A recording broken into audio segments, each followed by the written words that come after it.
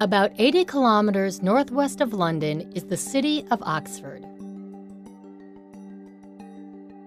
Oxford began as Ford of the Oxen, a simple place for farmers to take their cattle across the river.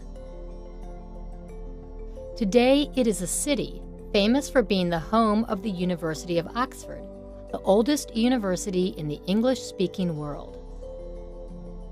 Although no one knows exactly when the university began, historians know that people were teaching and studying here as far back as 1096. Today, more than 900 years later, it is a combination of the university's fame and the beauty of its buildings that brings thousands of visitors here each year. One of the largest colleges in Oxford is Christ Church College. In recent years, the college building, in particular its Great Hall, has become famous as a filming location for the Harry Potter movies. But Christ Church is also well known as the home of Charles Lutwidge Dodgson, also known as Lewis Carroll. And it was at Christ Church that Dodgson first met the children of the head of the college, Henry Little. The Little children, in particular young Alice Pleasance Little, became good friends with Dodgson. He took them on boat rides along the river and told them many stories. One of these stories told the adventure of a girl called Alice in a confusing underground land that he called Wonderland.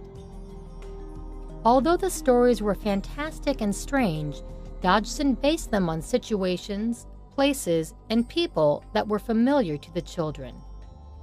For example, in Through the Looking Glass, Alice visits a shop where she meets a sheep, and things on the shelves float away when Alice tries to look at them.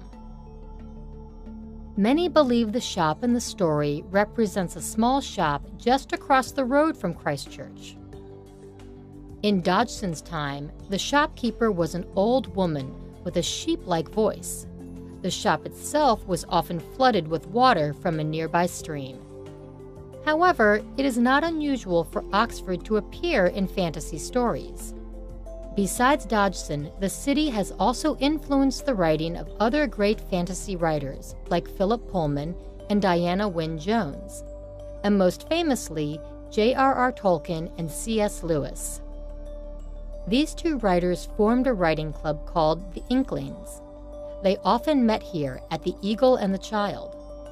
And it was here that Lewis's Narnia series and Tolkien's Lord of the Rings began to take shape. Having inspired so many wonderful writers and their amazing stories, it is no wonder the city of Oxford will be visited and treasured for a long time to come.